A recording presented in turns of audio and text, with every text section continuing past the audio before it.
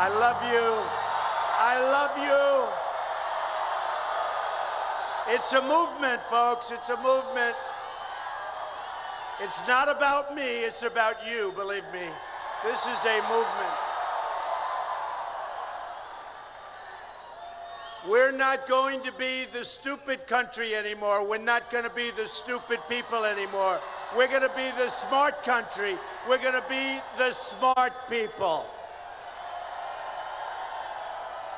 We're not going to let our politicians destroy our country. We're not going to let it happen. We're not going to let it happen. And, you know, I talk about little Marco Rubio. He's a total disaster. He's a disaster. He's a nasty guy, said nasty things, and, you know, we hit him hard. We hit him hard. Little nasty guy. He even complained about my hands. Look at those hands. Look at those hands. Look at that. You know, I hit him only in response to him. You know, I always say I'm a counterpuncher, right? Only in response to him. And he's looking around and said, what can I say? What can I say? Well, maybe I'll say, oh, he's got small hands. Look at those. I mean, give me a break, okay? Where did he get that one? That was the first. I'm saying to myself, where did that one come from, right? But, you know, the problem was I was shaking hands with people about 2 days, 3 days later, and they're all saying, gee whiz, Mr. Trump, you actually have large and strong hands. I said, yeah. So I did want to get the word out, folks, you know. I didn't want to go the rest of my life having everyone say I have small hands. I've heard of worse things, but who needs it, right?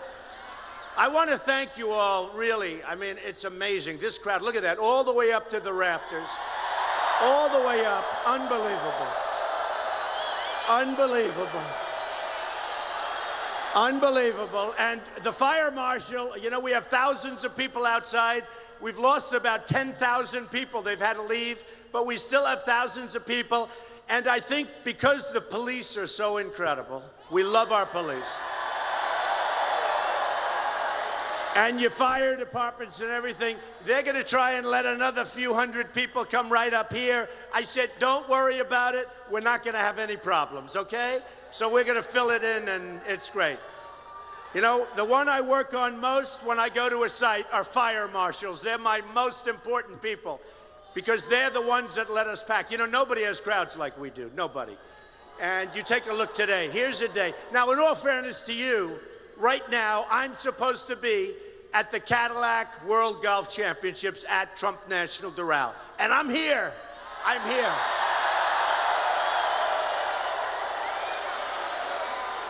And I just left Rory. Actually, I just left Kansas, and hopefully we'll do well in Kansas, and Kentucky. And, you know, I have a list. Look at this. New Hampshire, we won. South Carolina, we won. Nevada, we won in a massive landslide. That was supposed to be for Lion Ted Cruz. Lion Ted.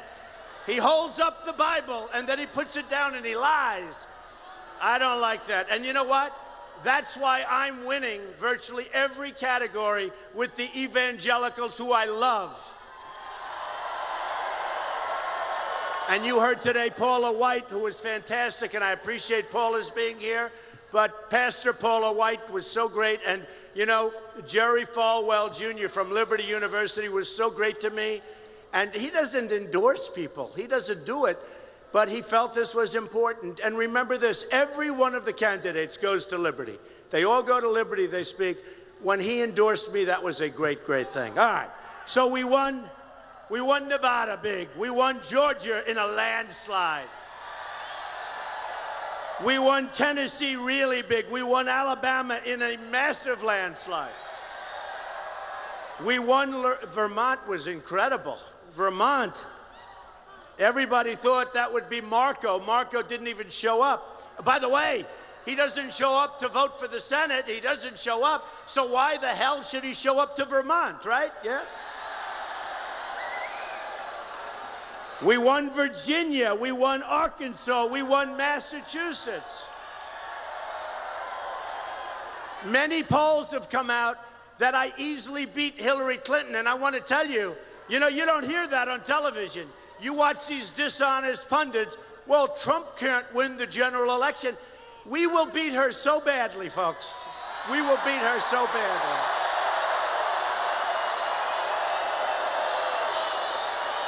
I used to listen to Jeb Bush before he flamed out, and they'd say, Donald Trump cannot beat Hillary Clinton. And I said, well, why can't you beat me?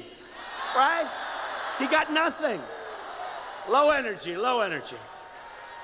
And his people are now on television fighting me, saying, we have to stop Donald Trump. He's not going to beat Hillary Clinton. They work for Jeb Bush. And I say to my people, you know, I have these debaters, right? And I say, why don't you just say he worked for Jeb Bush and they were terrible? But I see it all the time. We're going to beat Hillary. And I'll tell you something. The one person that Hillary doesn't want to run against, I will tell you this, is Donald Trump. That I can tell you. That I can tell you. And it's amazing. I watched it the other day where little Marco is going, well, Donald will not win. I mean, this guy's got so many problems. I don't think he'll come close to winning his own state. How would you like to be this?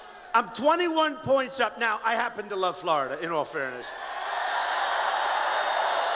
Truly, truly my second home. I'm here all the time, as you know, all the time.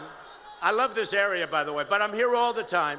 I've done many, many jobs in Miami with Related and with George Perez and with, you know, Gil Deser and Michael Deser, and we've had great success. And we've had many of the buildings on the Miami, we have a lot of stuff, and it's been great. And as you know, Doral. And in Jupiter, we did a big job, very, very successful. And in West Palm Beach, we did the big, big job, very, very successful. And the Mar-a-Lago Club, and many more. And in fact, tonight, we're having our news conference. Hopefully, it'll be a victory conference in West Palm Beach. In West Palm Beach. See, with all the places I could pick, I'd pick Florida. I want to pick Florida. So we all love Florida. But I hear these people, and they talk about the general election. Look, the general election is very important, but I'm the one that's going to beat her. And I will say this, the one person that she does not want to run against is Trump. You know, she got a dose. I haven't even, folks, I'm beating her in many polls. I'm beating her in many polls, and I haven't even started yet. I haven't started with her yet. Only once, only once. 4 weeks ago, she said something about me being sexist. Remember? And I'll tell you, the press treated me very unfairly because right after she said that, I attacked her and Bill. We talked about the word, we came up with the word, a very true word, enabler. You know what enabler is? And we talked about Bill. I said, you mean to tell me I'm bad, but her husband's okay? Maybe one of the worst in the history of politics, right? And I had to put up, okay, this was a disaster for them. I guarantee you they had one of the worst weekends of their life. This was not a friendly weekend that they had sitting together at home, wherever they are at home, if they were together. So here's the story. Here's the story. We can't play games. Our country's in deep trouble. We have to beat her.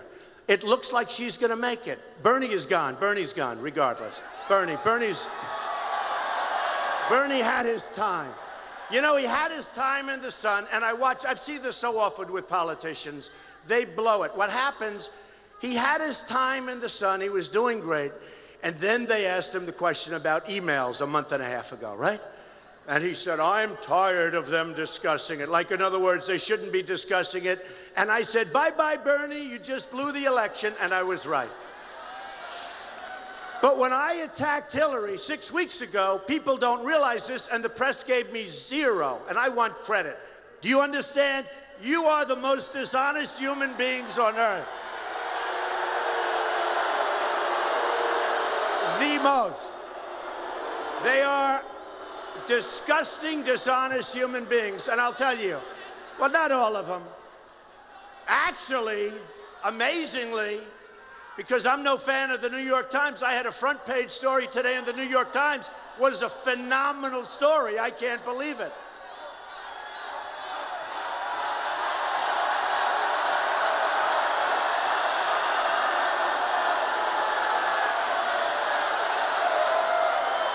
All right, get him out of here. Get him out, right?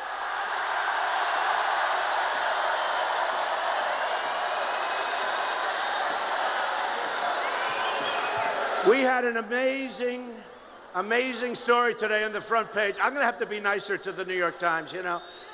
They give me all bad stuff, then I attack.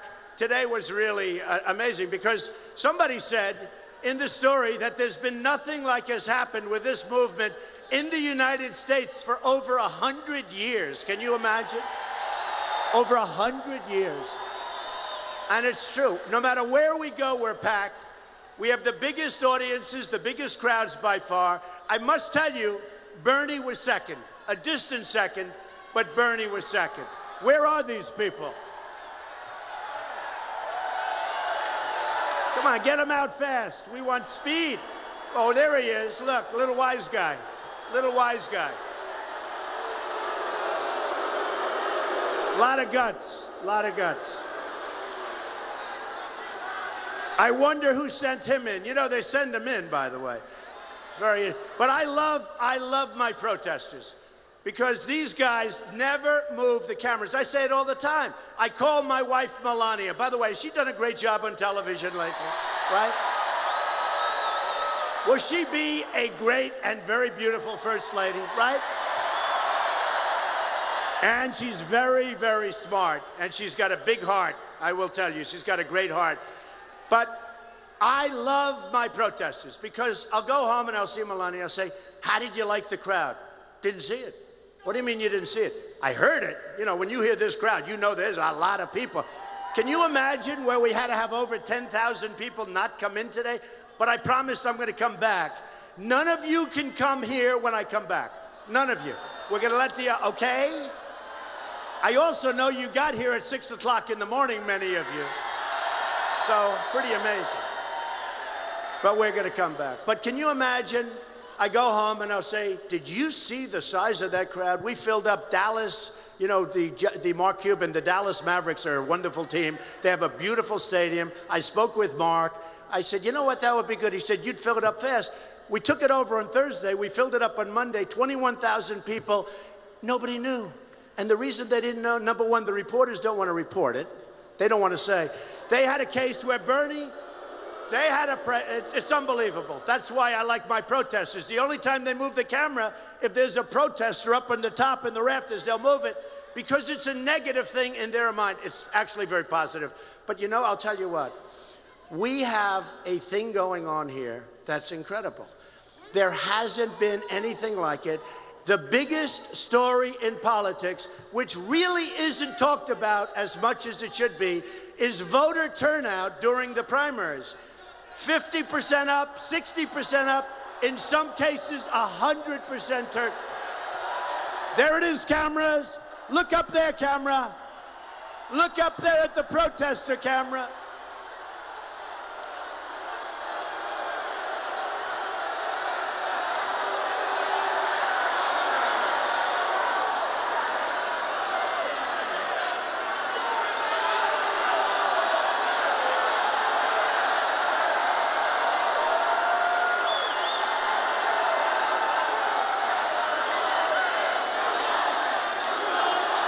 USA, USA, USA, USA.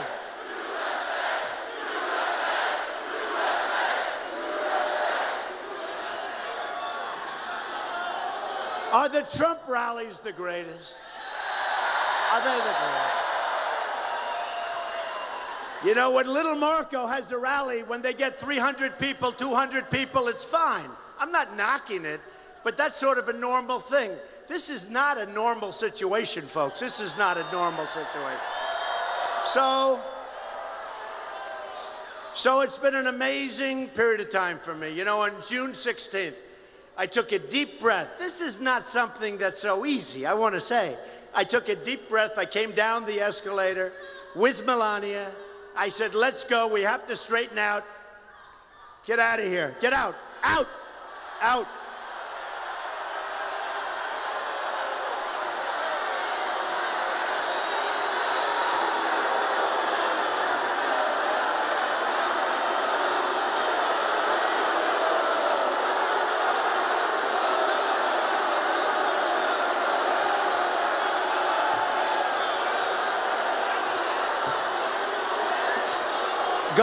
mommy.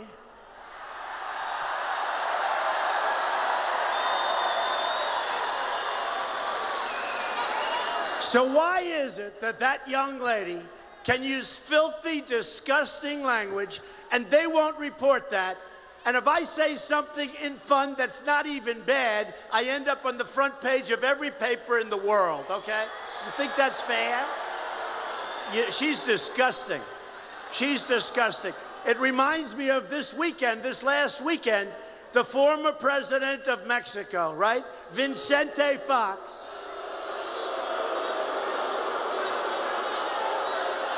We will build the wall, don't worry. We will build the wall. We will build the wall. And who's gonna pay for the wall? Who? You better believe it. They're gonna pay for the wall. You know, we have a trade deficit with Mexico of $58 billion. $58 billion. And these politicians, Lion Ted Cruz and little Marco Rubio, who actually he's not bad because he never shows up anywhere. I don't know what the hell, what does he do with all his free time? He's got the highest delinquency record in the United States Senate in many, many years. It could be decades, okay? That is not the kind of person you want representing Florida. That's not the deal you made. You know, I built an incredible company. Look, just in Florida, you know what I have. Went over it all along the beach, Doral, Mar-a-Lago, all these things. And I have to listen to this guy, a lightweight, a total lightweight, say, Donald Trump is con. I filed financial papers that show I'm worth over $10 billion. And I don't say that bragging, folks. I don't say it bragging. Some of the greatest assets in the world, great buildings, Trump Tower, 40 Wall Street, 1290 Avenue of the Americas, big chunk, Bank of America, all of this stuff. All of this stuff. Don't worry, get them out. They're quiet. They don't have much of a voice. And then I have to listen to this lightweight say, I'm a con man. Nobody's ever called me a con man before. That's a horrible thing. Then when I hit him back, they say, Donald Trump was very rough. That was not good. But let me tell you, did I kill him in the debate the other night? One of the big announcers said, and it was very interesting, they said Donald got in his head. He was really off, that Donald got in his head. And, not me, we won every single poll as to who won the debate the other night. Every single poll. Drudge had us at almost 70%, but every single poll as to who won the debate, and we won by a lot. Okay, so look, we need greatness in this country now. We don't need mediocrity. We don't need it. We don't need phonies. We don't need politicians, all talk, no action. Get them out.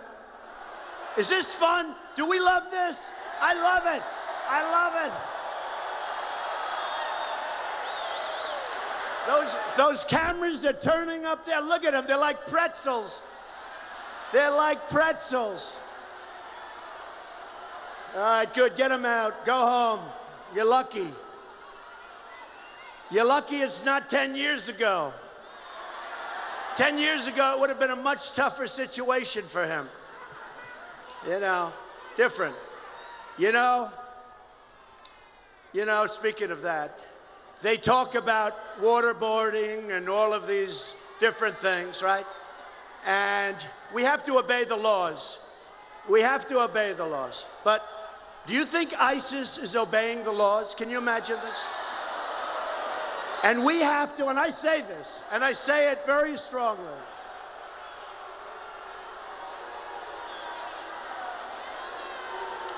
I wish we had some real protesters, some protesters with guts.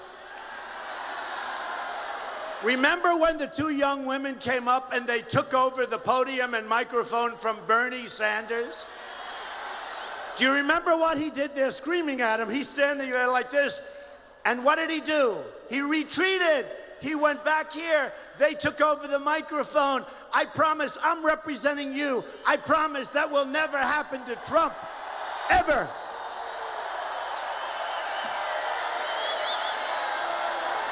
See, our great police, they did a good job. Thank you, police. We love you. We love you. They don't play games. The police in this country, believe me, the police are not treated fairly. One act, which was a mistake or somebody was a bad apple, and it's played in the news all the time. We have to give more credit to our police, folks. And we have to stick with them. So then on top of everyone else and everything else, we have Mitt Romney, who choked in the last election. I never thought he was a smart guy. And I keep wondering, I see he's with Steve Forbes today. And I thought Steve Forbes liked me. And they put me down at 4.5 billion net worth. I'm not complaining, but it's much more than that, okay? And I couldn't understand, why is it that Forbes, they just raised me $400 million this year. Now, I should be happy, right?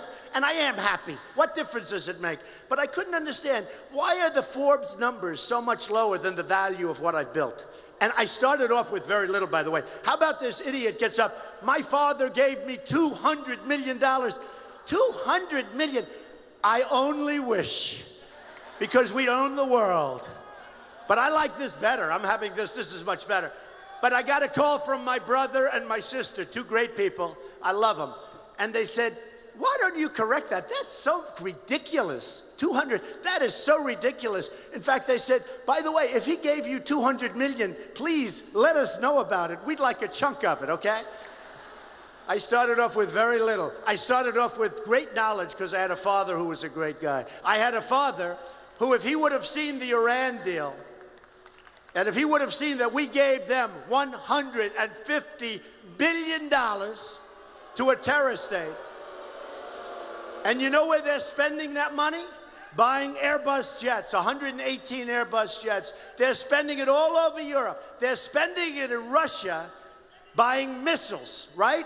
They're spending it in Russia buying missiles. They're spending it with everybody but the good old USA. Not gonna happen anymore, folks. Not gonna happen.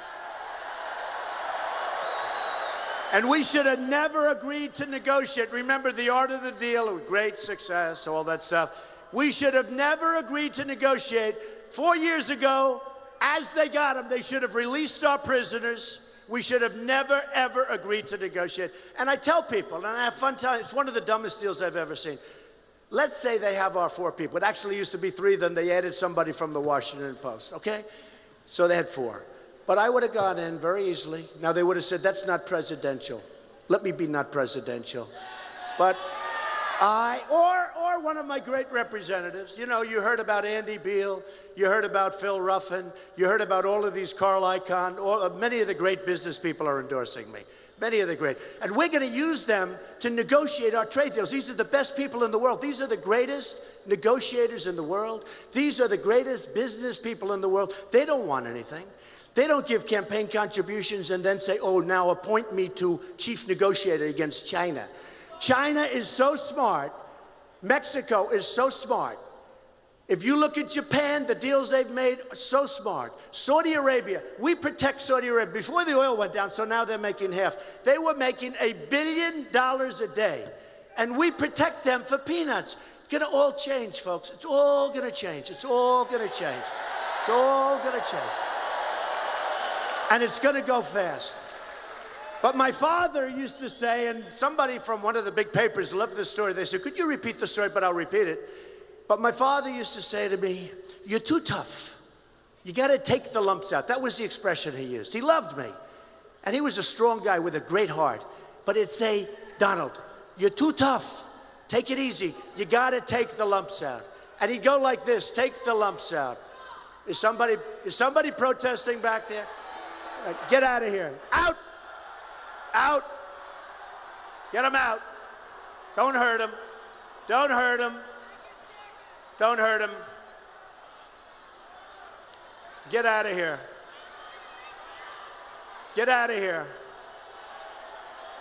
Yeah. Sure, man. You had your 5 seconds of fame, man. Get out. Don't hurt him. You know, it's funny when I say, like, I'll say, don't hurt him, and the press will say, Trump is getting soft. When I go, get him out and bomb, you know, then they go, it was terrible the way he talked. So I sort of have a middle ground. I say, get him out. And if it's too tough, I say, don't hurt him, don't hurt him, don't hurt him. This way I don't get criticized by the press. But my father, he had a great way, and he was a very, very good negotiator. I learned so much from my father.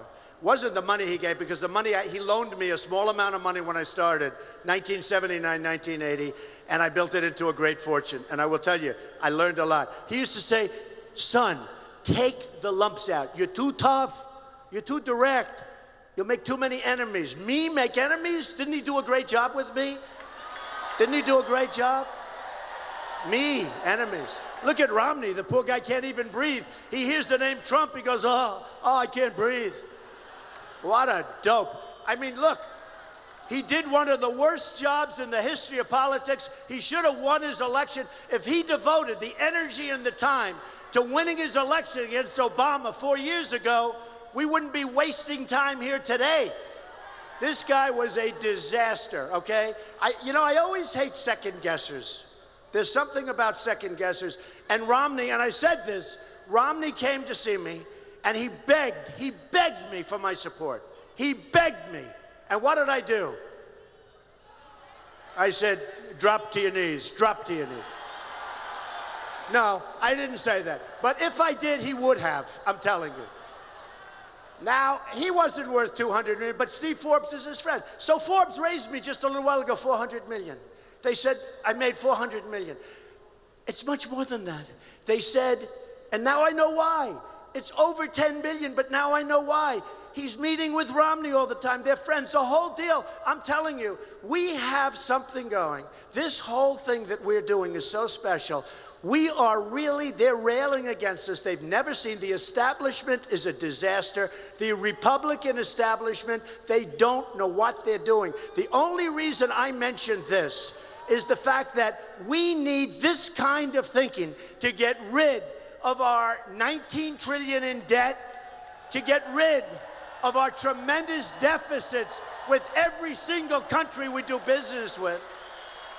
Why should we be protecting Saudi Arabia for practically nothing?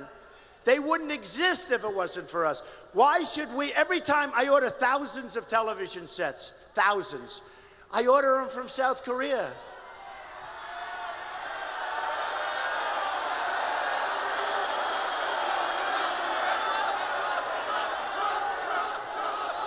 Get him out. Get him out. See, these are bad people. You know the funny thing, we all come, we want security, we want a strong military, we want borders, we want to have a country, we want education, we want good health care. We're going to appeal. I'll tell you what, we are going to get rid of Obamacare so fast. But we want to have a good life for our families and ourselves. And we all want that, whether you're Democrat or Republican. And these people, they're just, what's going on? It's really ridiculous. It's really ridiculous. It's really ridiculous. So, let's go back to my father, right? So my father would always say, take the lumps out. Son, take, and he'd always go like this. I remember my father passed away a number of years ago, but he'd always say, take the lumps out, take the, and I learned. So here's what we do with Iran. Let's say I'm the negotiator. I'll be the negotiator, even though it's not very presidential. We're supposed to have your so-called John Kerry type do it. What a disaster John Kerry was. He never once walked. So here's what we do. We take the lumps out. Now, before my father gave me this lesson, I would have walked in. I would have said, I want those prisoners back now.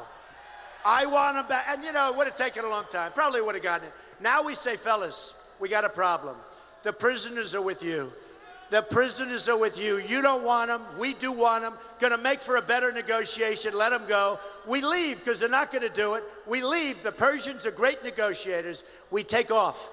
We double up the sanctions. They will call you within 28 hours, and they will say very nicely, congratulations, you have your prisoners. We got our prisoners. Now we have our prisoners back. Now, in the old days, I would have said, they're landed, they're safe. This is 4 years ago, before we start. I would have said, I would have walked in, I would have said, we're not giving you the $150 billion. Do you understand me? We're not giving you the $150 billion. Okay. But because of the fact, hey, I went to the Wharton School of Finance, but my father was still a better teacher. So, and they were great, but he's the best. So now, I would have said to you, now I go in differently. I'd say, fellas, we got a problem. We're bust. The country has no money. We owe $19 trillion. $19 trillion. The horrible omnibus deal that was signed, can you believe that deal? The horrible deal that was signed recently, it's going to bring us up to $21 billion. We don't have the money. I'm so sorry. I want to give it to you so badly. We don't have $150 billion. We don't have $150 billion. And here's what's going to happen. We're going to leave. We're going to double up the sanctions. They're going to call us again. We're going to start. We've just gotten our prisoners back 4 years ago, and we've just gotten out of giving them $150 billion. And it's so simple. And by the way, that's not like 80% sure, 95, 98.7, 100%. We'd get the prisoners back, right? And we get the money. We're never going to give them the money. They would never get the money.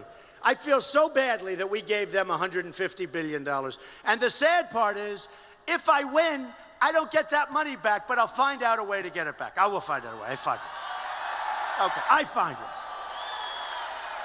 So the new thing is this. The new thing is, how do we stop Trump? Everyone's trying to figure out how to stop Trump.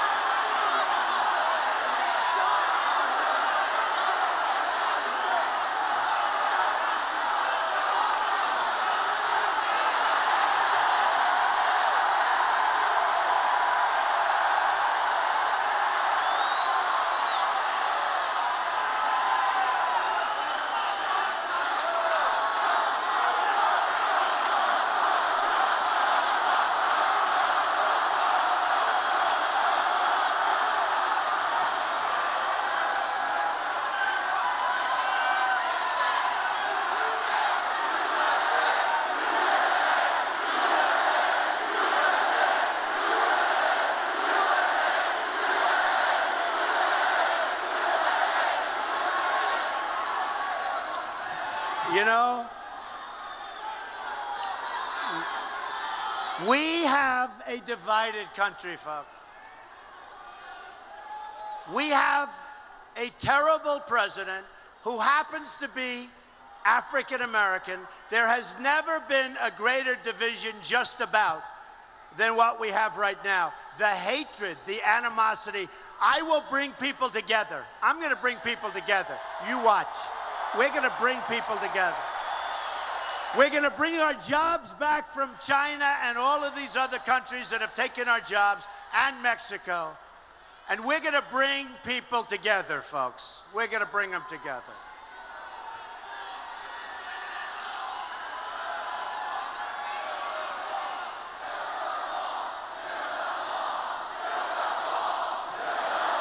Okay?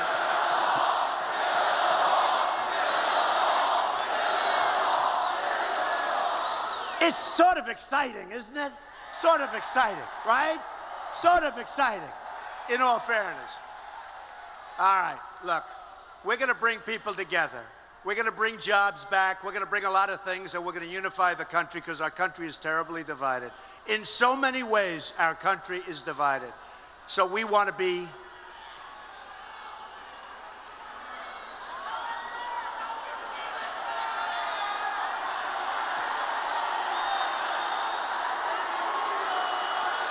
You have to say it is exciting, though, right? This is not like your normal, low-key, really boring rally that nobody cares about. Nobody cares. Look at all those cameras back there, folks. Look at all those. You know how many cameras you have for other people? Like maybe none. Like maybe none. Look at all of that. And I love the way they twist and turn and get into those little corners where you have the protesters. Because for us, when I tell them, please turn your camera and show this massive crowd, right? They would never do it. They would never do it. Never do it. Go ahead, turn the cameras, folks. Turn the cameras. Go ahead.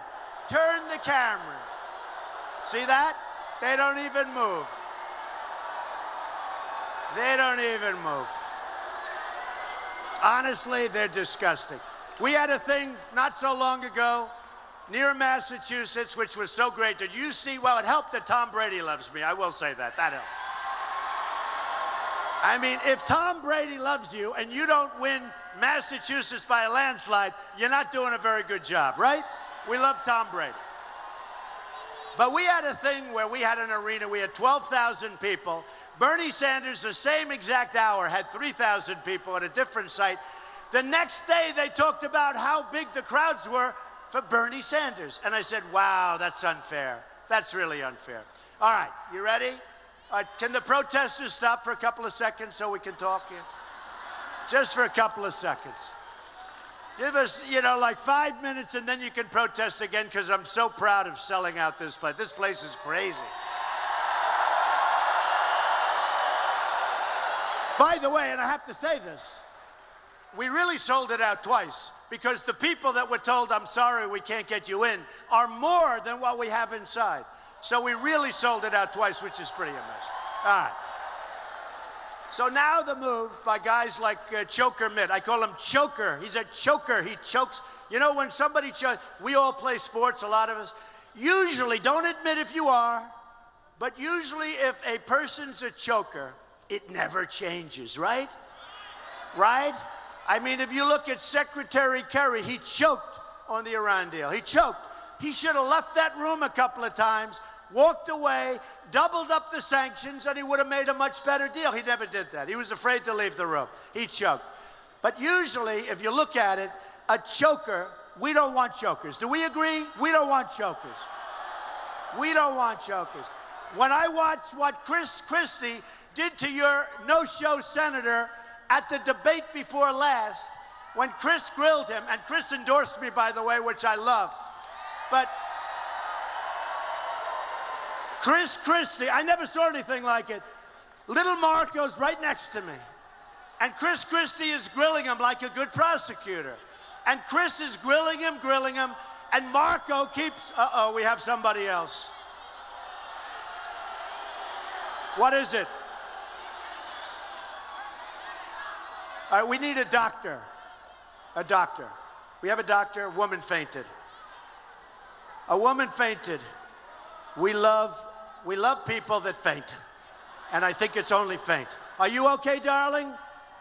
Okay. Take your time. Take your time.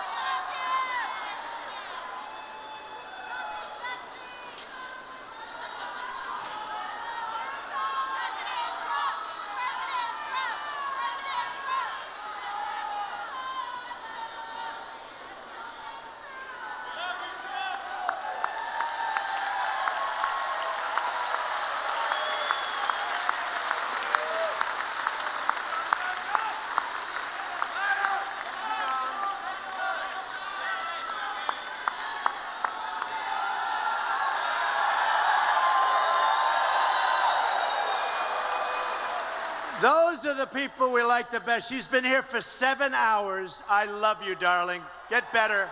Get better. We'll send you flowers. You're going to be fine. We love you. Those are the people we love, right? Those are great people. They love our country, I will tell you that.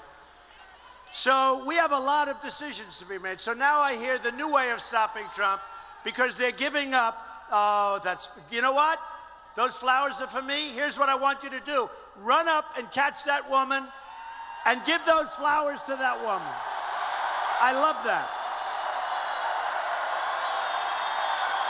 How you doing, man?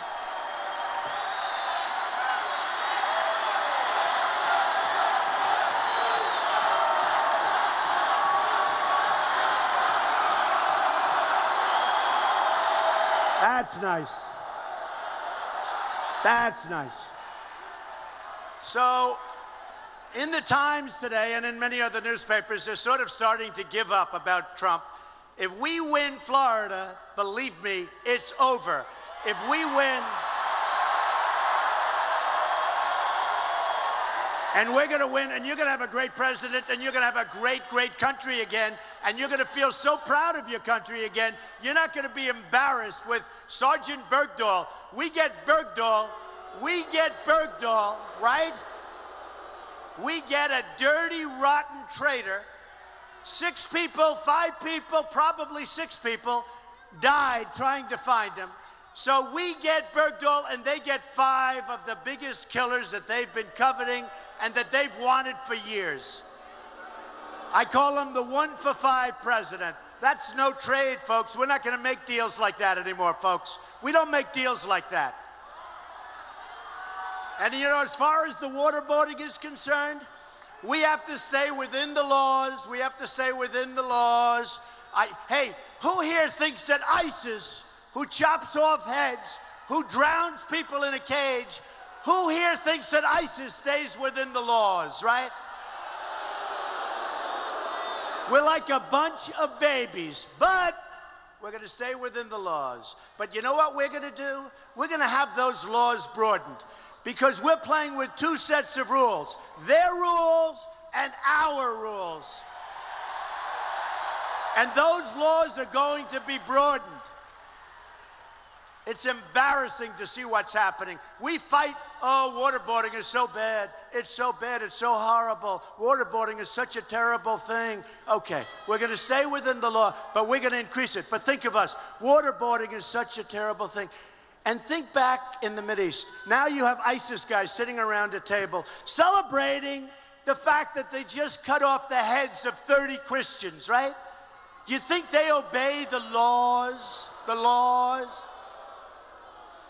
You know, I told this story, and then some people said it wasn't necessarily true, and then it turned out to be true. But I tell this story. It's a rough story. Should I tell it or not? All right, remember, they asked me to tell it, so it's not my fault.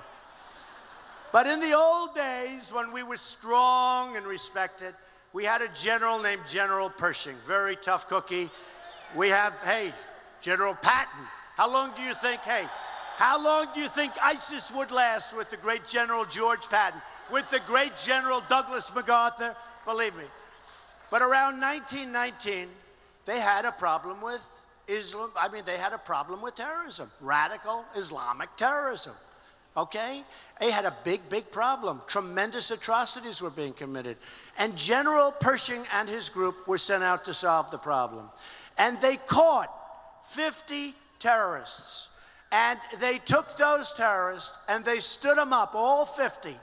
And they took the bullets and they cut open 2 pigs. And they dropped the bullets into the pigs. And they took the pig's blood and they splashed it around. And they then took those bullets, they put them in the guns, they shot 49 of the terrorists with the bullets loaded up with pig fat and pig blood, which is not something that, let me explain, not nice, not politically correct. I don't think they'd allow that today. Do you agree? They shot 49 of the 50 terrorists. And the final terrorist, just before he was going to be shot, they went up to him. They said, here, take this bullet. This bullet was meant to you. and he hardly wanted to touch it. Take this bullet. It was meant for you. Go back and tell your people there'll be no more terrorism. For 28 years, there was no more terrorism. For 28 years, there was no more terrorism. Look it up in the Philippines. General Pershing, rough guy, tough guy. 28 years, they say, there was no more terrorism. Now, we can be babies. We can be foolish. We have to be vigilant. We have to be strong. We have to be smart. When Paris happened, it was sort of an amazing thing, that attack in Paris, where the press was calling the leader the mastermind. And the kids, you know, we're losing our children. They're going over there fighting for ISIS because the press calls people masterminds. He's not a mastermind. He's not a mastermind at all. He's not even an intelligent person. I call him the guy with the dirty hat. Remember the white hat? I call him the guy. So they send people in because Paris, by the way, has the toughest gun laws in the world, just about. France has the toughest gun laws in the world. Only the bad guys have the guns. Now, if a few of you, like that guy with his hand up, a few of you had guns wrapped around your hips or guns wrapped around your ankles and you were in that room and you had bullets going in the opposite direction, I guarantee there wouldn't have been 130 people killed, many other people in the hospital right now. So we have to totally protect our Second Amendment, folks. We have to do it. We have to protect our Second Amendment. In California, when you had the radicalized woman come over and radicalize probably the young man, now they're radicalized and they go in and they kill their fellow workers. Workers that gave them baby showers and parties. Workers that they knew, workers that, from what I hear, they liked. They went in and they killed 14 of them. Others, like in Paris, in the hospital, will never, ever be the same. They went in, boom, boom, boom, boom. No guns coming the other way. The military, the 5 military people that were killed in a gun-free zone, think of it, in a gun-free zone on a military base. Now, we have soldiers protecting us. Why do we have gun-free zones on a military base? I mean, that would mean that you should never have your soldiers have guns. And all these guys that complain about guns, like Michael Bloomberg, who used to be a friend of mine, by the way. No. Like many of them, they're complaining about guns. So here's what you do. Tell them immediately to take the guns away from their bodyguards right now. Take the guns away from their bodyguards. And let's see how they feel walking around certain places, okay? Let's see if they're happy. I don't think they're going to be too happy. So we're going to protect our Second Amendment. Me, more than anybody else up here, we're going to protect our Second Amendment.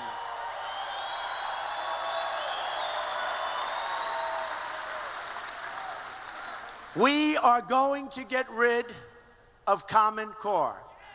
We are going to bring our education locally with love. Unlike Jeb Bush, he used to say that people come in as an act of love. Oh, there's no act of love. So we're going to get rid of a lot of things. We're getting rid of Obamacare, we're replacing it, okay? We're getting rid of Common Core, and we're going to have our education locally. You know, I tell this story. In 30 countries in education, 30 countries, the United States is rated number 30. You have Denmark, Sweden, Norway, China, and others. They're the best. And yet, in terms of cost per pupil, we're number 1 by far. Number 2 doesn't even exist. It doesn't even exist. It's so far down. Now, here's what's happened with the campaign. So we're number 1 in cost, and we're the least, we're the worst in terms of education.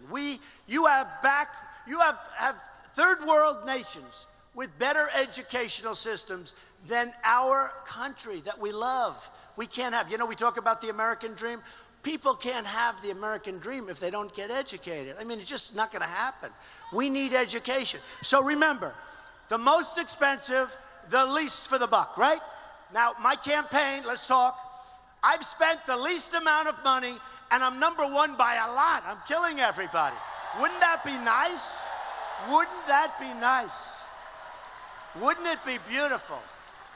I mean, in New Hampshire, which was really just a great place and a great state, and I told them, we're going to stop heroin from coming in. We're going to clog up that border. We're going to stop heroin. That's all over the country. But in New Hampshire, they have an unbelievable thing. But in New Hampshire, I spent $2 million, and I was #1 in a landslide, right? It was a landslide. Do we agree? Even those people would say it was a landslide. They don't know what's happening. It was a landslide.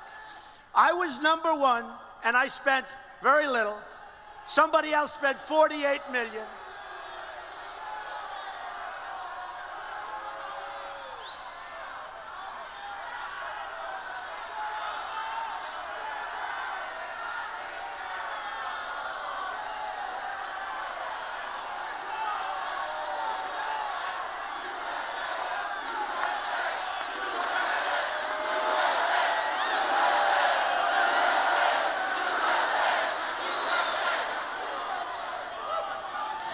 So I spent in New Hampshire very, very little money. And somebody, I won't mention names, but somebody spent $48 million and lost and came at the bottom of the pack. We don't want that, folks. Wouldn't you rather be with me and let's spend less and have the best? That's what's going to happen. I'm building a hotel now on Pennsylvania Avenue in Washington, and I guess I'm doing it for 2 reasons. #1, I do it because I do it. That's what I do. But I got it from General Services, GSA, very professional people, by the way. Of course, if I didn't get it, I probably wouldn't be saying that, but that's okay. But I got it. One of the most heavily bid, one of the most heavily contested in the history of the GSA. It was probably wanted by more people than any other thing. You know, it's on Pennsylvania Avenue, right between the White House and the Capitol building. The most incredible building, the most incredible location. They gave it to Trump for 2 reasons. I have the best statement you've ever seen. They got to make sure it gets done. And they loved the project. It's going to be one of the world's most luxurious hotels. We'll employ a lot of people and all of that. And they made the decision, and they boiled it down to 10 companies, great companies. I won't name the companies, but you heard of every one of them. And they chose, in the Obama administration, they chose Trump. Can you imagine that? Can you imagine? Which tells you 2 things. #1, I have a great statement, and it also tells you we have a great concept. And it will. It'll be one of the great hotels of the world. But here's the story. So we started construction. We're 2 years ahead of schedule. We were supposed to open in September 2 years from now, and instead we're opening up in September before the election. Isn't that great? So listen to this. So we're under budget and 2 years ahead of schedule. Wouldn't we love to have a country that could do that? You ever see these? Do you ever see these projects that we have where there's a 2,000% cost overrun and 1,000%? You know what 1,000%? Where it costs many times what they projected? That won't happen with me, folks. It doesn't happen with me. Do you know, we have contractors in this country that bid on these government jobs. They are so rich, you have no idea. They are so rich, they make so much money, they take the money from government. That's not going to happen with me. I will start a new set of procedures where that stuff doesn't happen, folks. We can do that. It won't happen. Now, the nice part about the hotel, if I don't win, I'm living on Pennsylvania Avenue anyway, okay? All right? So now, the new group is trying to stop Trump. And that's going to make a lot of people happy. And they actually mentioned in some of the papers that if that happened, where we're doing so well, there'd almost be a revolution. It would be. I mean, because the last thing that you people are going to take is having a lightweight like a Marco Rubio, who's terrible, having a guy like this, or Lion Ted Cruz, or some politician in charge of this. We can't have it anymore. We can't have it anymore. I really mean, they're talking about serious, serious, serious problems. But here's the story. So now what they're doing is they're saying, you know what, we may not be able to stop Trump. By the way, speaking of Trump, and speaking of stopping and helping, you've got to get out to vote, folks. You've got to. Now, remember this. It's Tuesday the 15th, Tuesday. So it's not this Tuesday, it's the following Tuesday. It's Tuesday. It's Tuesday the 15th. You know what I would do? Just in case you get sick, you don't feel good. And even if you get sick and you can't walk, you got to get up. Have somebody lift you up. I'll even call you. I'll pay for it. I'll get an ambulance. But listen, here's what you have to do. You have to get it. So it's not this Tuesday, it's the following Tuesday. If we win Florida, it's over. If we win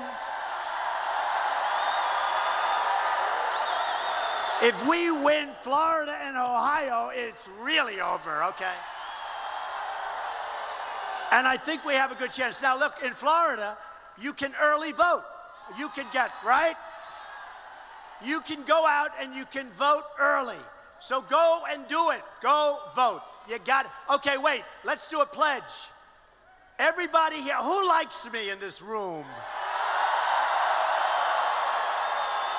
Okay. I've never done this before. Can I have a pledge, a swearing? Raise your right hand. I do solemnly swear that I, no matter how I feel, no matter what the conditions, if there's hurricanes or whatever, that's good enough, will vote on or before the 12th for Donald J. Trump for president. Thank you. Now I know. Don't forget, you all raised your hand, you swore. Bad things happen if you don't live up to what you just did. No, I really appreciate it. I mean, we're having an amazing period. It's an amazing period. You know, they used to call this the silent majority, but it wasn't nearly as big like this. They used to call it the silent majority, and I was sort of using that name, and some people didn't like that name because for whatever reason they said it had sort of bad connotations, okay? But I don't need that name because we're not the silent majority. We're the really noisy majority, right? Don't you think? So now what they're trying to do, the establishment, and you know, they had the wrong messenger in Romney. I mean, how do you use a guy who should have won an election and lost horribly and made a fool out of himself? So they had a bad messenger. Hey, there are messages that could be good. There are messages could be good, but he's the wrong messenger. But let me just tell you. So now what they're thinking of doing, because they don't think they can stop us, all right? Maybe they can. I don't know. Hey, look, my life is okay. I mean, a lot of people say, why are you doing this? You have such a great life. You built this great company. You have a wonderful family. I'm doing it because this country was so great to me. It's payback time, folks. It's payback time. So now, what these absolute naive people, they're naive.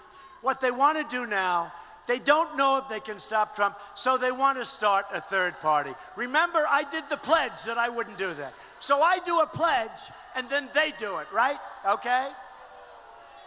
Thank you. That's all right. Get him out. Get him out of here. So I do a pledge, and then they don't do a pledge. But they did a pledge, but they don't honor anything. But here's the story. So they want to start a third party. And they want to put a couple of clowns in there that will take away enough votes that we won't be able to beat Hillary, right? So this woman, just think of it. We lost a great justice, Justice Scalia. My sister is a high judge, and she knew Justice Scalia, and she said he was a great man. She said he was a great man. My sister knew him very well.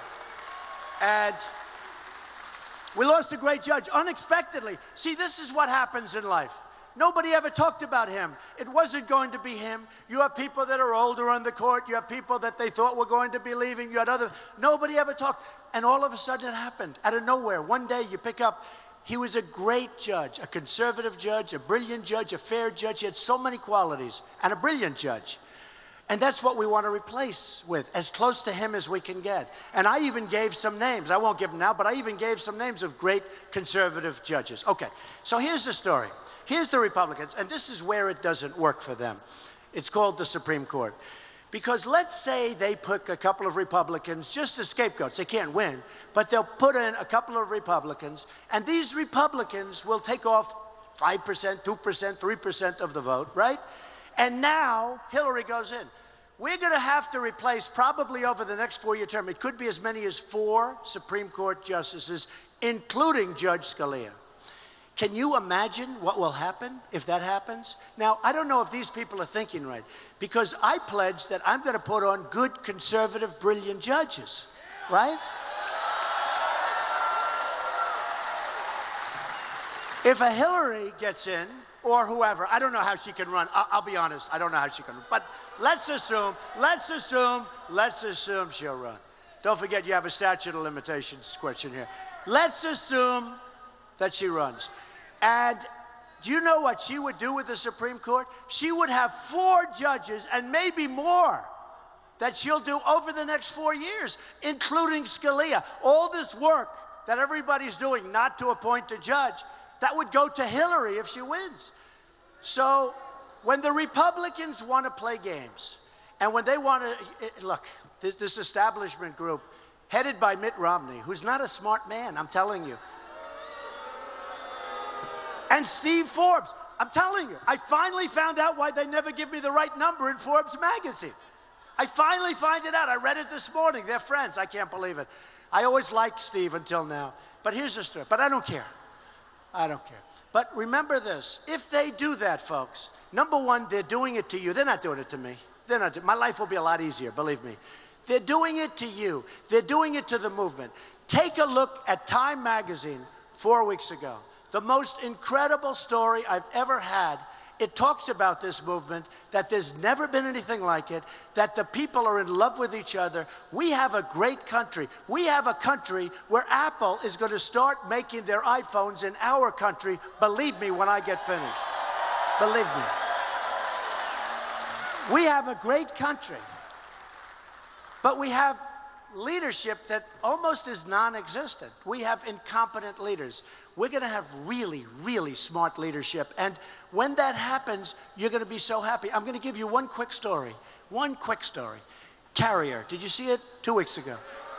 Carrier air conditioners. I buy a lot of Carrier air conditioners. I'm not going to buy them anymore. I'll go with Trane. But Carrier air conditioners made in this country, they announced that they're moving to Mexico. They did. Somebody had the cell phone going. Somebody had the cell phone going, taking the pictures, and 1,400 jobs are gone, right? They're gone. Like nothing, like magic. They announce this probably mid-level guy is up on a stage. I'm sorry, but we're moving to Mexico. They fired everybody, essentially. And I said, that's terrible. Now, Ford is building in Mexico. Nabisco's building in Mexico. So many people are building in Mexico. I love Mexico. I have thousands of Hispanics that work for me. When I won Nevada, I won with the Hispanics. I love the Hispanics. I love you. I love you. But I have thousands of Hispanics that work for me. And they're great people. And remember, in Nevada, I won with the Hispanics, the poll. So what happens is this. We have these eggheads that think they call them the elites. And I say, why are they elite? They're more elite than me. Why are they elite? Half of them can't tie their shoes. And they say, Donald Trump is not a free trader. I am the greatest free trader. I'm the biggest free trader. But it has to be smart trade. It has to be even trade. We can't have trade where we have imbalances like 58 million with Mexico, 58 billion. We can't lose 500 billion a year with China. We can't do this. So here's what we do. We tell Carrier, and I want to do it myself, but they're all going to say it's not presidential. I'm not supposed to be calling us President Carrier. Do we agree? But maybe I'll do it anyway. Let them say I'm not president. But I'll get Carl Icahn, or I'll get Phil Ruffin, or I'll get Andy Beal, and it'll all be very good. Believe me, folks. So here's what happens. We call up Carrier, and we say, I'd like to congratulate you on your move to Mexico. Congratulations. I think it's wonderful. You hurt 1,400 people and many more. And by the way, United Technologies with Jones Carrier is moving a lot of other divisions there too. Okay, not going to happen. By the way, if I'm elected, not going to happen. So here's what I'd tell Carrier. I'd say, congratulations. I hope you build a beautiful place. I hope you employ a lot of people from Mexico. But you're hurting our country. So here's the story, folks. Every air conditioning unit that you make that's put across the border, which will be a real border now. It's not coming across unless they have our permission, right? Every single air conditioning unit that you make that comes across the border, we're going to impose a 35% tax on that unit. All right? Now, if little Marco is president, which isn't going to happen, or if Lion Ted is president, okay, here's what's going to happen. They're going to be called by their lobbyist. They're going to be called by the special interests. They're going to be called by donors and stockholders that gave them money for their campaigns. By the way, I'm self-funding. You know I'm self-funding. I'm putting up my own money, okay? I don't think I get any credit. I don't think anybody says in Florida, oh, I'm voting for Trump because he's self-funding. Let me tell you something. That's a good reason to vote for me. Because all of these guys, remember what I said, all of these guys are bought and paid for, folks. All right? So, and they're not stupid people. So they know it's bad to have carrier leave. They don't have to go to Wharton and they don't have to go to high school. Anybody knows it. So here's what's going to happen. If Rubio gets a call, if Ted gets a call, if Hillary gets a call, whoever gets a call, immediately, oh, they're going to say, you can't do that. They contributed $5 million to your campaign. And immediately, okay, you're right. We can't do that. We don't want to be disloyal. I understand that. But nobody gave me anything. I've turned down so much money. I feel so foolish. I feel so foolish. You know, my whole life has been a life of accumulation. Money, money, I want more money. I don't even know why. You know, it's like, just keep going. Money, money. I want to build more buildings. Many, many buildings along Miami. I want to build more. But, and I say sometimes it's been greedy. I want to be greedy, greedy. Now I want to be greedy for the United States of America. I'm going to be greedy. I'm going to be so greedy for you people. And we have to be rich before we can be great again. We have to get rid of our debt. We have to get rid of so many things. We have to balance our budgets. But we're going to take care. Look, when these countries, and we're protecting them for nothing, you know what? We're going to speak to them. I'm a great messenger. We're going to speak to them properly. They're going to love us, and they're going to help. They're going to pay. They're going to help defray the cost. They're going to pay. You're going to see changes made so fast and so good. So here's the story. Some people would say that's not free trading. Every single person in this room understands that's the right thing to do. And I'll tell you what's going to happen. Carrier's going to call me, and they're going to say, Mr. President, we've decided that we're not moving, sir. Okay? We're not moving. It's the only way. By the way, just so you know, I know more formulas. I know more about tax abatements. I know more about taxes than any human being that God ever created. And by the way, speaking about God, I will be the greatest jobs-producing president that God ever created. I will tell you that. I will tell you that. And Carrier won't move. Now they'll build a new plant. Maybe they'll use their old plant. They'll negotiate with their employees. Maybe they're going to move down to Orlando. Who the hell knows? But they're going to be in the United States, all right?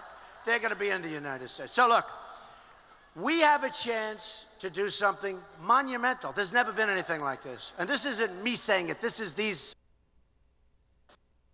chance to do something monumental. We're going to start winning again. We don't win anymore. We don't win with the military. We can't beat ISIS. We don't win with health care. We don't win with education. We don't win anymore. We're going to start winning again.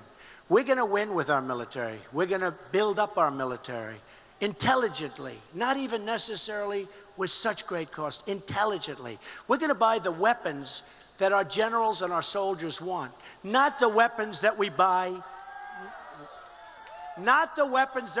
because one company is politically stronger than another. I mean, you've read this. I've read it all my life.